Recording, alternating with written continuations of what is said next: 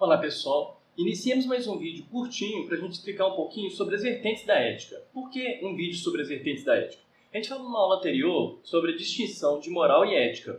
Eu disse que apesar de moral e ética possuírem uma raiz etimológica semelhante, ou seja, apesar de um ser do grego e outro do latim e ambas terem quase o mesmo significado, eu dizia que moral é um conjunto de normas que está ligado, por exemplo, ao comportamento de uma determinada cultura, de uma determinada comunidade, sociedade, etc.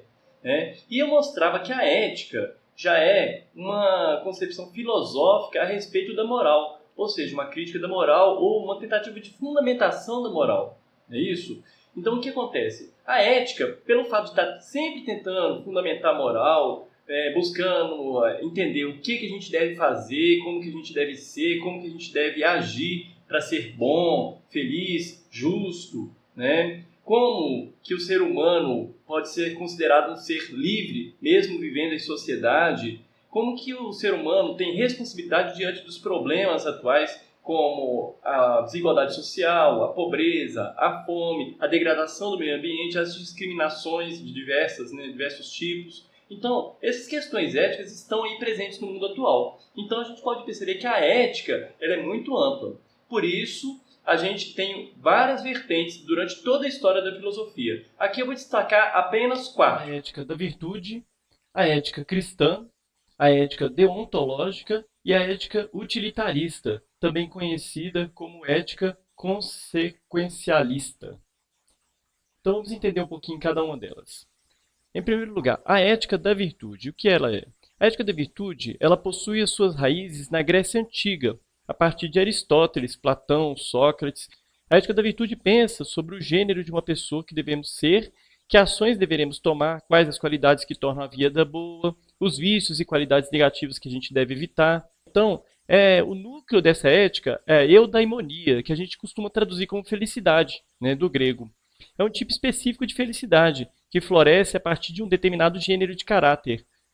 Deriva do fato de sermos um determinado gênero de pessoa. Então, para Aristóteles, né, na Ética Nicômaco, por exemplo, ele vai mostrar que todos os fins levam, em último caso, à eudaimonia. Se você busca o prazer, é para a felicidade. Se você busca o poder, a honra, é sempre em busca da eudaimonia. Então, essa seria a ética da virtude, ou seja, tentar buscar aquilo que seria a essência do próprio homem. A outra ética, muito conhecida também, é a ética cristã, que está ancorada tanto nos textos sagrados, né, que, lógico, né, essa ética que vigorou na Idade Média, né, e baseia-se na existência de um Deus criador e juiz a quem que a gente vai prestar contas. Né? Então, se não houvesse Deus, tudo seria permitido. Então, as Sagradas Escrituras, elas são ensinamentos éticos para a vida. Né? Essa ética, a semelhança, né, da ética da virtude, é uma ética teleológica, no sentido assim, ela também busca uma finalidade culminante, que é a felicidade e a salvação em última instância, né? Então, lá a gente estava buscando a felicidade, né? O telos, telos é fim. E aqui nós estamos buscando a salvação. A outra ética, muito comum também, muito falada, é a ética deontológica. Ela ficou mais conhecida a partir de Kant. Essas éticas deontológicas são todas as teorias morais segundo as quais certas ações devem ou não devem ser realizadas, independentemente das consequências que elas resultam, né, na realização ou na realização. Ou seja, deon significa dever, né? Então elas devem ser realizadas. Né? Então o que acontece?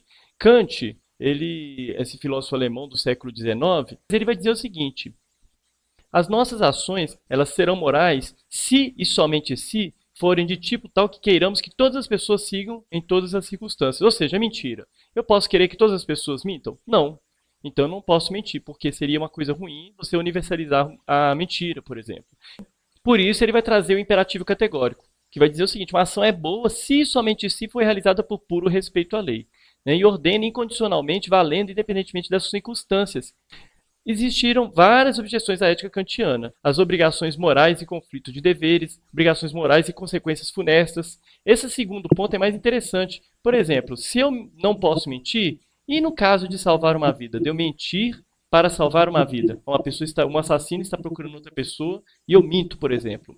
Seria ético eu dizer que a pessoa está escondida em determinado lugar?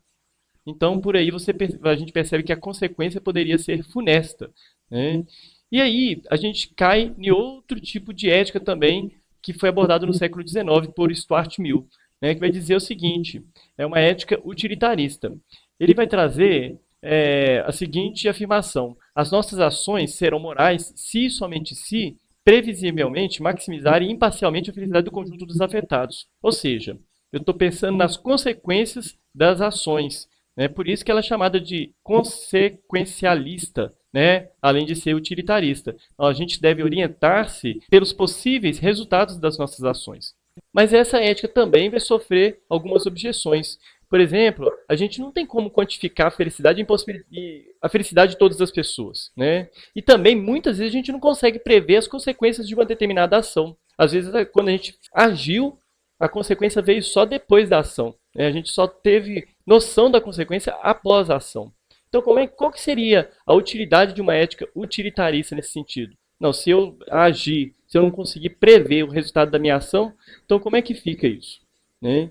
Então, por aí, a gente pode perceber, de uma forma geral, que a ética ela vai tomar uma dimensão bem ampla na história da filosofia. Né?